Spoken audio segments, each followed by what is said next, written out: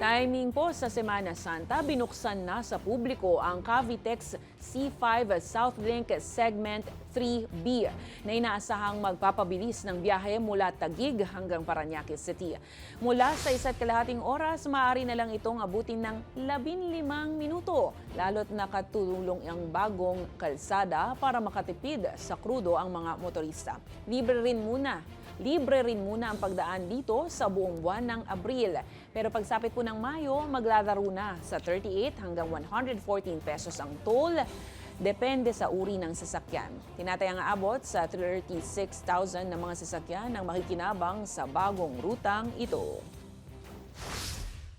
Napakalaking bagay yan dahil sa malaking savings sa oras ng mga commuter, unang-una.